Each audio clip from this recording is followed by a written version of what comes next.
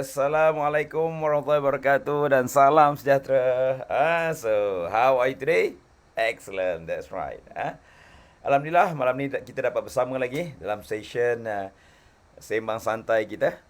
Okay, dan insyaAllah kita dapat berkongsi lagi pengalaman, kita berkongsi lagi ilmu, kita berkongsi juga sedikit orang kata ilmu yang kita boleh gunakan sebagai bekalan kita hari-hari. Dan saya yakin salah satu perkara yang paling penting dalam hidup ni adalah untuk menambah nilai pada orang lain. Betul? Kerana apa? Dalam tugas kita hari-hari pun, tugas kita untuk menambah nilai orang lain. Tugas kita untuk menambah nilai pada organisation. Tugas kita untuk memastikan apa yang kita ada, apa ilmu yang kita ada, apa pengalaman yang kita ada, boleh menambah nilai kepada organisation di mana kita bekerja.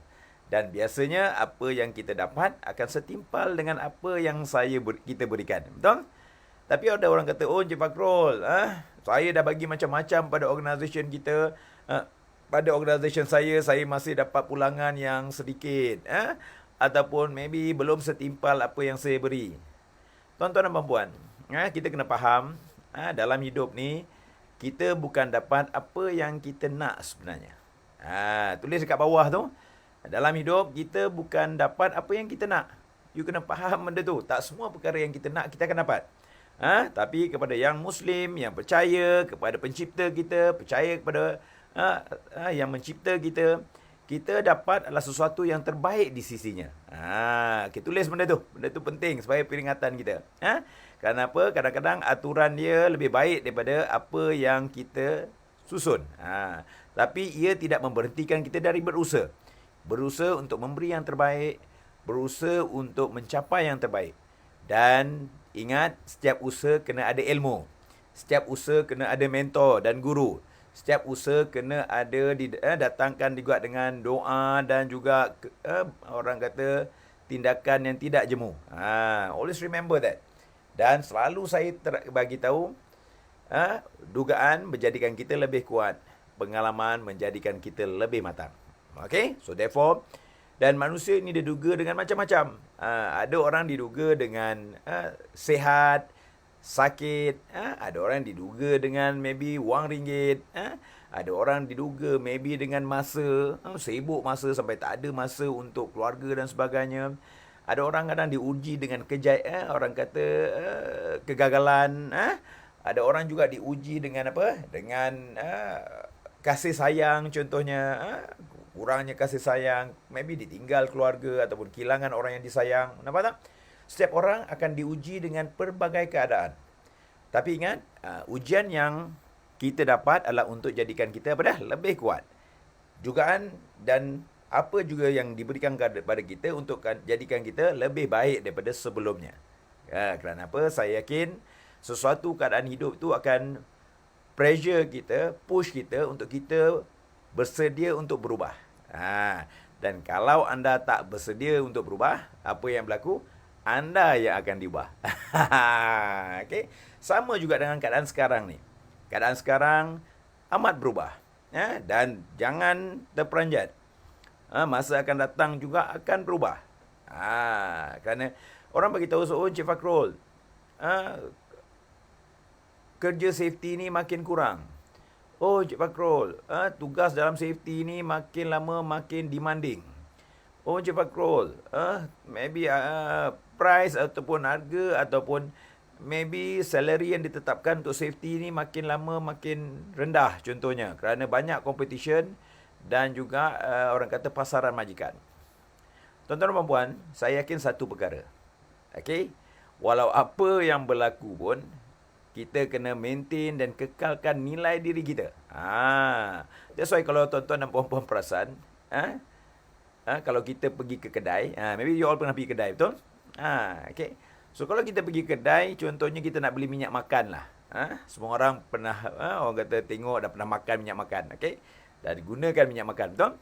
So kalau kita pergi minyak makan, yes, dulu mungkinan yang botol orang kata besar tu 5 liter tu harga dia ada yang RM20, RM21, faham saya? Dan bergantung pada kualiti yang kita nak, jenama yang kita nak, ada setengah-setengah yang mahal, ada setengah-setengah yang murah. Tapi bila kita lihat keadaan sekarang ni, adakah ia makin murah? Okay. So, ada setengah-setengah tu makin mahal. Dan harga dia makin naik pun. Adakah kerana supply minyak makin rendah? Atau sampai minyak makin banyak? Kalau nak kira, supply tu lagi banyak kerana orang kurang membeli. Tetapi apa yang berlaku, minyak itu masih bernilai. Ada nilai dia. Cuma kita kena tumpukan kepada apa? Kualiti minyak tu. So that's why kita kena faham dalam hidup pun sama juga. Sebagai safety practitioner, selalu saya tekankan, tingkatkan nilai diri, tingkatkan kualiti diri. Walaupun anda datang interview pun. Ada yang beritahu, Encik Fakrul, saya dah interview banyak tempat lah, tak dapat-dapat lah, macam mana adakah saya ni tak bagus ke atau sebagainya. Bukan anda tak bagus, cuma anda belum adjust untuk jadi lebih bagus. Kerana apa? Kita kena faham, apa yang kita ada, apa ilmu yang kita ada, apa perkara yang kita ada, akan menentukan apa kita sekarang ni. Faham maksud saya kan? So therefore, kita kena bersedia ke depan. So that's why apa yang kita kena tingkatkan apa dah? Ilmu kita. Tulis kat situ. Tingkatkan ilmu. Penting. Okay. So kerana apa? Bila kita ada ilmu, kita ada lebih nilai untuk diberikan. Kita akan ada kekuatan untuk memberikan sesuatu. Okay, boleh? Okay, dan jangan lupa, tolong share, love dengan like dekat situ. Tolong bayar yuran sikit dan ingat, sebaik-baik manusia boleh beri manfaat dan beri manfaat melalui perkongsian ni. Okay, boleh? Dan hari ni saya dapat juga berita daripada tim saya yang ada cerita kata, Encik Fakrul, setengah-setengah kita punya posting motivation tu, setengah-setengah quote yang kita berikan, yang kita share dalam Facebook Fakrul Anwar, ada yang gunakan untuk letak dekat notice board. Ada yang digunakan untuk letak di papan kenyataan, di mana tiap-tiap hari, 2-3 hari sekali, kadang-kadang papan kenyataan safety tu tak tahu nak letak apa, betul? So you boleh ambil kod-kod yang kami ada dan letak dekat situ. Itu juga boleh memberi manfaat kepada orang lain. That's why saya selalu bagi tahu dalam Facebook saya, dalam page saya, kita berkongsi ilmu. Platform kita adalah untuk berkongsi. So that's why mana-mana kod yang anda boleh pakai, ambil, print, download, tampal dekat notice board. Tak ada masalah. So mana-mana perkara yang ada manfaat tu, share je. Kerana saya yakin dengan lebih banyak kita berkongsi, lebih banyak lagi kita akan mendapat dan memberi manfaat kepada orang lain. Dan insyaAllah, dia juga akan memberi kita kegembiraan nanti. Okay, boleh? Okay, good. So, siapa yang ada malam ni, kita bagi tahu salam, Assalamualaikum, selamat malam, selamat malam, Assalamualaikum, okay? Dan saya tahu ada setengah-setengah tu dah masuk mood nak bercuti dah. Okay, sempurna Raya Cina. Pada rakan-rakan kita yang Chinese, selamat Tahun Baru Cina, okay? Dan yang lain-lain selamat bercuti, okay? So, jangan lupa share dan beri manfaat kepada kawan-kawan kita yang lain. Okay, kita tengok siapa yang ada malam ni, insyaAllah. Okay, good. So, malam ni kita ada siapa? Hafizi. Hafizi, apa khabar Hafizi? Waalaikumsalam. Lama tak jumpa. Baru balik offshore. Okay, good. So, kita ada Encik Rusli. Apa khabar Encik Rusli kita? Encik Surashan. How are you? Encik Surashan, bagus. Vini. Apa khabar Vini? Stay excellent. Bagus Vini. And, okay. Okay, bagus. Dan kita ada Iskandar. Apa khabar Iskandar? Kita ada Syarul juga. Hai Syarul, apa khabar Syarul? Sihat? Dan juga kita ada Nasrul. Waalaikumsalam Nasrul. Baik. Dan kita ada Zaidi. Apa khabar Zaidi? Okay, good. Dan kita ada why not sir? Bagus. Suryani. Apa khabar Suryani? Baik. Okay, bagus. Kita ada juga Ukasha. Apa khabar Ukasha? Okay, dan yang lain-lain. Stay hello. Say salam kat situ. Say selamat malam. Therefore, always remember that. Jangan lupa share dekat grup-grup anda. Share dekat juga tim-tim anda, page anda. Supaya benda ni bermanfaat. Okay, boleh? So, what happen is, saya nak kongsi 3 cabaran utama dalam safety. Yang saya terangkan juga dalam buku The 5 Pillar. Apa cabaran utama safety yang kita kena faham. Dan bila kita tahu, kita tak mudah berputus asa. 3 cabaran safety yang kadang-kadang menguji kekuatan kita. 3 cabaran dalam safety yang kita kena bina kekuatan untuk pastikan kita boleh, orang kata, membantu orang lain untuk berubah. Dan always remember, tulis kat bawah tu, Dan satu perkara yang saya selalu pesan kepada semua safety officer. Okay. Apa dia? Our job is not to save their life, but to influence them, to save themselves. Okay, tulis kat situ. Tugas orang safety ni, tak kira siapa pun OIK, Triple S ke, safety coordinator ke, dan mereka-mereka yang terlibat dalam safety ni, always remember that. It's not our job to save others, but it is our job to influence them to save themselves. Maknanya apa? Tugas kita adalah nak membantu mereka menyelamatkan diri mereka. So that's why tugas kita paling utama adalah untuk membantu mereka. Kerana apa? Kalau kita nak selamatkan mereka dan mereka sendiri tak sedar diri untuk selamat, dan apa yang berlaku? Benda tu akan berulang lagi. So sebagai contoh, kalau orang tak nak pakai PPE, kita boleh suruh dia, paksa dia pakai PPE. Yes, depan kita mereka pakai, depan bos dia pakai. Tapi apa yang berlaku bila kita tak ada? Apa yang berlaku bila majikan tak ada? Atau betul? So mereka akan selesa dengan keadaan mereka yang tak pakai. That's why in here always remember, our role is to influence others, untuk they know that thing is important for them, that thing is very critical for them. It's not because of us. It's not because of other people. It's because of they have to take care of themselves. They have to take care of their safety. Okay, boleh? Okay. So, dalam perjalanan safety, saya dan juga bertemu dengan banyak student-student saya di Malaysia, di luar negara dan sebagainya. Memang ada banyak cabaran dalam safety. Tetapi saya nak share kat sini 3 perkara. Siapa yang nak tulis itu? Saya nak tahu. Tulis itu. Siapa nak? Saya beritahu saya nak tahu. Dan juga saya akan share sedikit tip bagaimana nak mengatasi benda tu. Okay, so tulis kat situ. Apa cabaran dalam situ? Saya bagi tahu, saya nak tahu. Tulis kat situ. Okay, good. Dan jangan lupa, siapa yang baru masuk ni, bagi tahu, bagi salam, bagi assalamualaikum. Dan juga jangan lupa share kepada kurang-kurangnya 5 page yang lain. Share. Faham tak? Kepada 5 page. Supaya boleh beri manfaat pada orang lain. Okay, good. Okay. So, apa cabaran yang kadang-kadang melemahkan kita? Kadang-kadang menyebabkan orang safety ni frust. Ada sampai dia tukar kerja lain pun ada juga. Ada student saya kata, Encik Fakrul, saya daripada safety, lepas tu saya keluar buat kerja lain, lepas tu rasa menyesal masuk balik kat safety. Ada juga. Ada yang daripada luar, Riki nak masuk safety dan masuk safety lepas tu. Dan kerana dugaan ini dan dia sukakan cabaran, dan dia berjaya sampai ke satu level yang berbeza. Okay, so that's why kita kena faham, bila kita tahu sesuatu cabaran, kita kena tahu bagaimana nak mengatasi dia. Bila kita tahu sesuatu cabaran, kita tahu bagaimana nak memperbaiki dia. Dan seterusnya, bila kita tahu sesuatu cabaran, ia memberi kita kekuatan untuk menghadapi cabaran tersebut. Kerana kita dah tahu dah. Jadi kita boleh plan, kita boleh bersedia secara psikologi. Betul? Contoh dia lah. Kalau kita nak pergi Seremban contohnya lah. Maybe anda dah pernah pergi Seremban. Betul? Kita nak pergi Seremban. Dan dalam perjalanan tu kita tahu dah.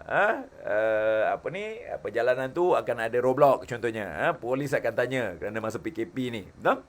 So bila kita tahu perjalanan tu akan ada roadblock, perjalanan tu akan ada cabaran, perjalanan tu akan ada dugaan, apa yang berlaku? Okay, 3 perkara langgut. Take note benda ni. Bila kita ada cabaran, kita akan ambil 3 perkara. Pertama, kita akan apa? Kita akan avoid. Avoidance. Manusia ni, bila ada cabaran, apa yang akan dia buat? Dia akan buat 3 perkara. Salah satu daripada 3 perkara ni. Hello, boleh? Okay, take note benda ni. Dalam hidup, dalam safety ni, kita ada banyak cabaran. Malam ni best, saya akan share sikit. Dan bila ada cabaran, akan ada 3 cara bagaimana nak mengatasi cabaran itu. Bergantung kepada ilmu, pengalaman dan juga value yang anda ada. Okay, boleh? Okay, tulis kat situ. 3 cara untuk, ada 3 jenis, 3 cara untuk mengatasi sesuatu dugaan cabaran ataupun sesuatu yang menjadi dugaan kita. Okay, good. So, okay. So, apa dia yang 3 tu? Yang pertama, Ada jenis orang bila ada cabaran dia akan buat apa dah? Avoidance. Apa dah? Avoidance. Nombor satu, avoid.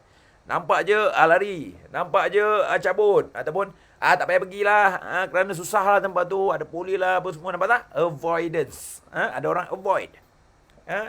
So, bila kita tahu satu cabaran, kita try to avoid, run away daripada cabaran. Faham saya? Okay, good. So, keduanya, lepas ada juga orang yang apa dia? Go through juga. Ataupun the penetration, dia buat juga. Tak boleh pergi, kena tangkap lah, kena saman lah. Kalau kena apa tindakan, berserah ajalah. Tapi kita buat aja. Faham saya? Okay. Kita buat membabi buta, kadang-kadang buat sesuatu yang kita dah tahu masalah macam tu, tapi kita still buat benda yang sama. Kita tak bersedia, just rendah aja. Ada juga orang macam tu. Nombor satu, avoidance. Yang kedua, penetration. Dia buat saja. Tanpa ilmu, tak apalah, kena lah. Betul? Yang ketiga, adalah orang yang bijaksana. Dia membuat option. Apa dah? Option. Apa option kita?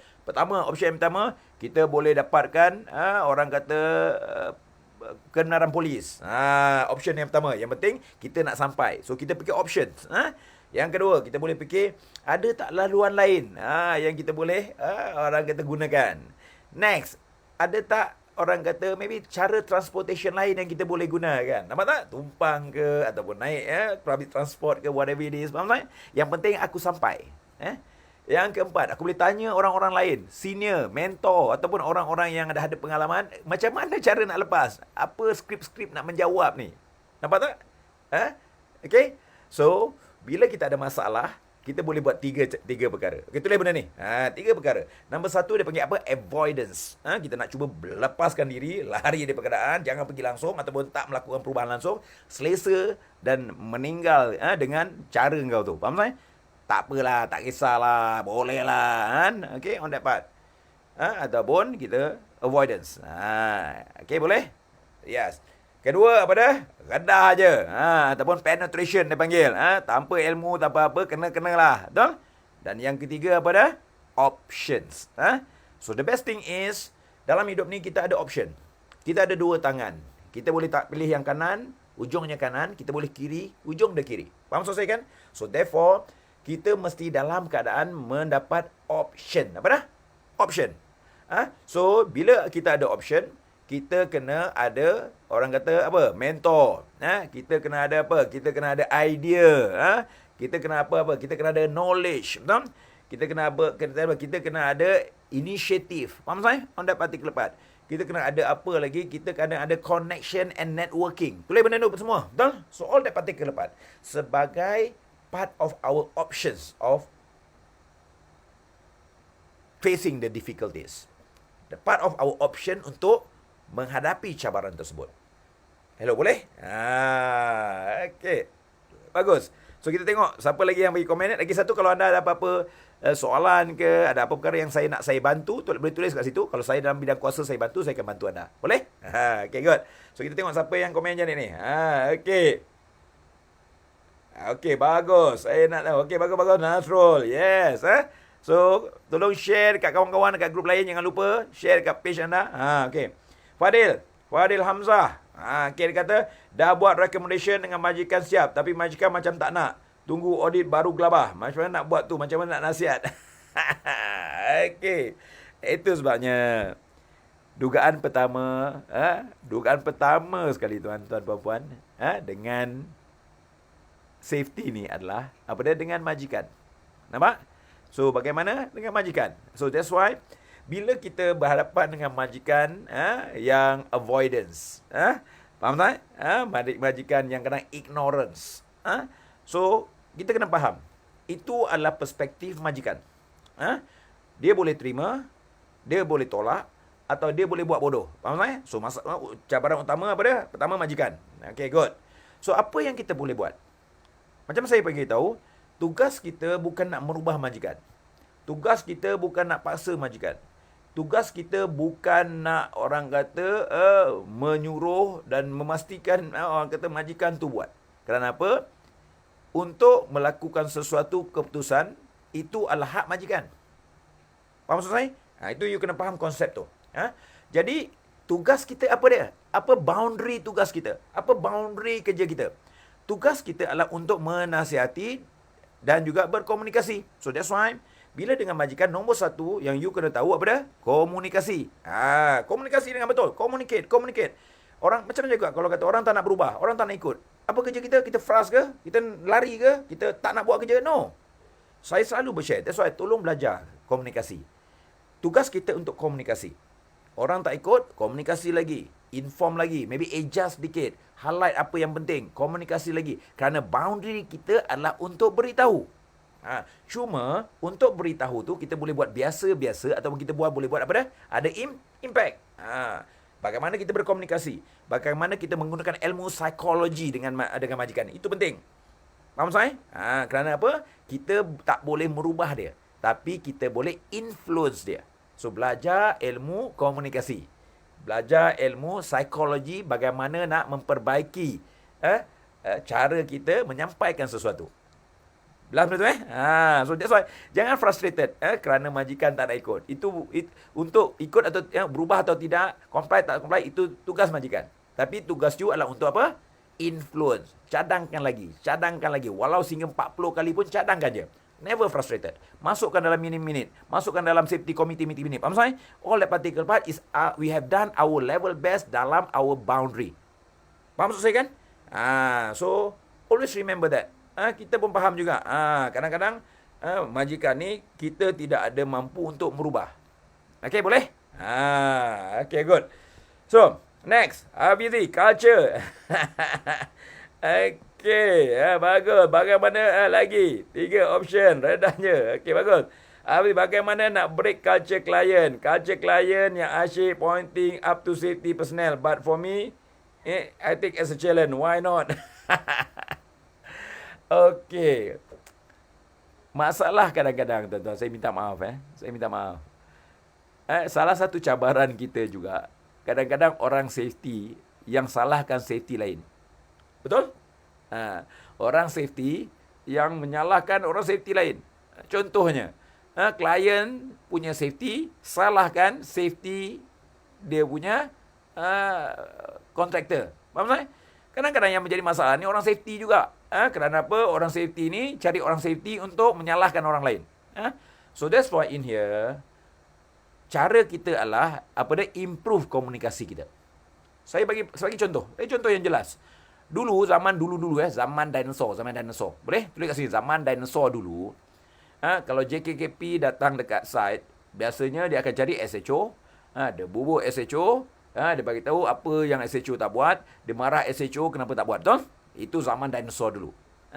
Tapi bila kita dah educate, dan nanti JKKP mula sedar bahawa safety ni adalah agent dia. Ataupun anda boleh communicate dengan klien tersebut. Bagi tahu, sir, I am your partner in safety. I am your partner on implementing and influencing safety. Yang tak buatnya other people. So, you have to go to the project manager. You have to go to the project director. You have to go to the person in charge of that area and inform them that they are not complying with safety.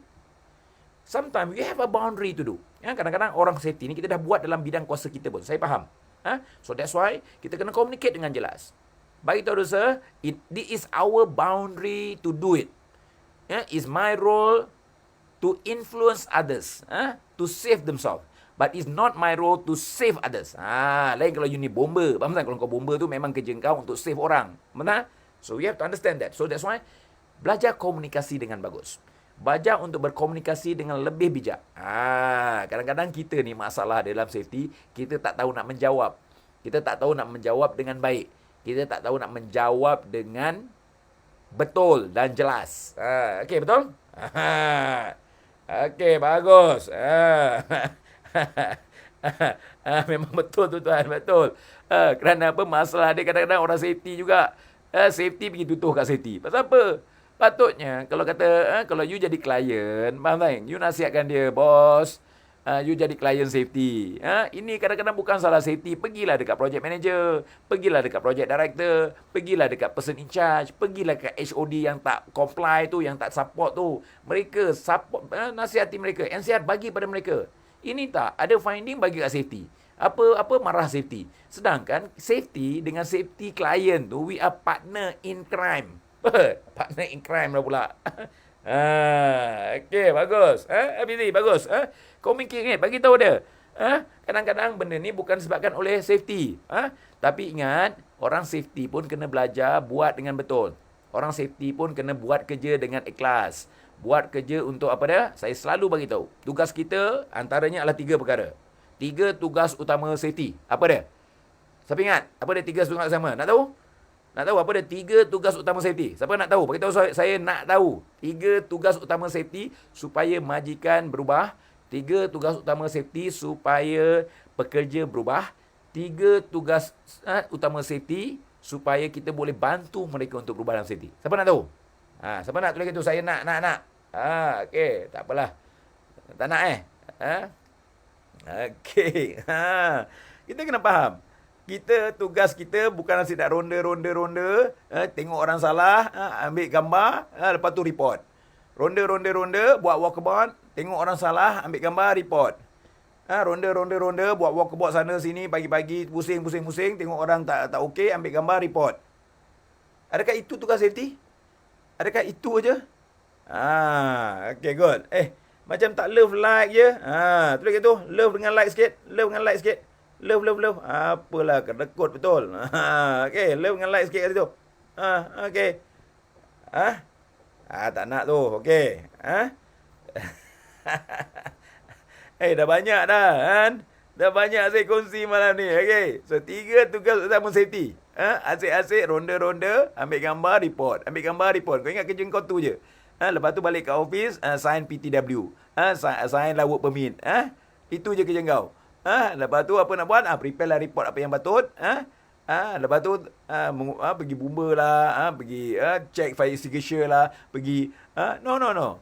Kita kena faham apa tugas utama safety ni. Dan ada 3 tugas utama yang kita kena lakukan. Okey. Okey, nak? Alah, macam tak nak je. Okey. Siapa yang beli ni? Nak. Okey, Badil. Sanding. Okey, bagus. 3 tugas utama dalam safety yang kita kena sentiasa sabar untuk melakukan. 3 tugas utama dalam safety yang kita kena tahu dan konsisten untuk lakukan. 3 tugas safety yang kita kena ulang-ulang selalu, walau apa pun berlaku, itu tugas utama kita. Apa dia? Okey, buat macam ni. Alah, tak nak pun. Okey, buat macam ni. Saya share ni. Apa dia 3 pertama? Yang pertama, bagi orang tahu, bagi orang faham, bagi orang buat. Apa tu dia itu? Yang pertama apa dia? Bagi orang tahu, bagi orang faham, bagi orang buat. Faham maksud saya kan? 3 perkara. Apa dia? Bagi orang tahu, bagi orang faham, bagi orang buat. Okay? So, 3 perkara ni kita kena selalu buat. Tapi, kalau engkau tak bagi orang tahu, engkau tak bagi orang faham, buat macam ni, engkau yang kena buat. Padan muka kau. Padan pun kadang-kadang muka kau kena buat sendiri. Okay? Okay, apa dah? Kalau kita tak bagi tahu, kita tak bagi dia faham, akhirnya engkau yang kena buat. Faham maksudnya? Okay. So that's why kita sekolah rendah selama 6 tahun. Lepas tu kita sekolah menengah lagi sampai 5 tahun. Lepas tu kau sambung lagi. Ada yang sambung STPM lah, ada yang sambung diploma lah, ada yang sambung ambil degree lah. Faham maksudnya? Dan setiap orang tu ada lebih kurang lebih daripada 11 tahun untuk belajar, bagi dia tahu, bagi dia faham. Supaya bila dia kerja, dia tahu apa nak buat. Bagi dia tahu, bagi dia faham. Dah 11 tahun. Itu pun kadang-kadang pergi tandas pun tak flash juga. Okay? Yes. Okay. Okay, faham? So that's why 3 perkara ni kita kena konsisten bantu mereka. Bukan kita pergi ronda-ronda cari salah mereka. Pergi ronda-ronda cari salah mereka. Pergi ronda-ronda ambil gambar, report. No. Pergi ronda-ronda, tengok, bagi mereka tahu, bagi mereka faham kenapa mereka kena buat, dan bagi mereka buat dengan betul. Bagi mereka tahu lagi, ni apa yang patut kita buat. Bagi mereka faham kenapa kita kena buat macam ni. Dan ketiga, bagi mereka buat dengan betul. Consistently. Tanpa jemu, tanpa frustrated, tanpa skip pun. Hello, boleh? Alamak. Okey. Boleh ni? Boleh? Okay, belajar tak sesuatu? Ada manfaat? Itu tugas kita. So, jangan frustrated. Tugas safety bukan kerja pagi-pagi meronda-ronda-ronda je. Ingat, ronda, jumpa orang, jumpa seseorang, bagi dia tahu, bagi dia faham kenapa benda tu perlu, dan kenapa kesannya sekiranya tak betul, dan juga bagi mereka buat dengan betul. Okay? So, akhirnya, kalau kita konsisten buat benda tu, orang akan start menghargai. Kerana manusia ni tuan-tuan, dari segi psikologi dia, you kena ingatkan paling kurang berapa kali? Besok kita kongsi. Besok kita cerita pasal psikologi. Hari ni kita nak cerita komunikasi je. Nampak tak? Penting tak komunikasi? Penting. Penting tak belajar komunikasi dengan impact? Penting. Kerana dengan majikan, kita atasi masalah dengan komunikasi. Dengan pekerja, kita atasi masalah dengan komunikasi. Dengan klien, kita atasi masalah dengan perbaiki komunikasi kita. Gunakan komunikasi dengan lebih baik. Faham saya? Hello, boleh? Dan esok kita akan belajar on psychology pula. Macam mana nak psycho manusia. Apa yang manusia nak. Betul? Ingat, ada keyword dia. Keyword on psychology apa dah? Besok kita share. Okay, siapa nak tunggu besok. Esok kita session kita untuk psychology pula. Hello, boleh? Okay, good. So what happen is, kita jumpa lagi malam besok. Stay safe, stay healthy, and stay excellent. Okay, so kita jumpa lagi malam besok. Okay, dan jangan lupa share dekat kawan-kawan. Tugas kita yang utama. Okay, remember, always beri manfaat dengan orang lain. Always bagi manfaat kepada orang lain. Faham tak? On that part. Okay, so stay safe, stay healthy, and stay excellent. Okay, bye. Jumpa lagi. Take care. Bye. Yes.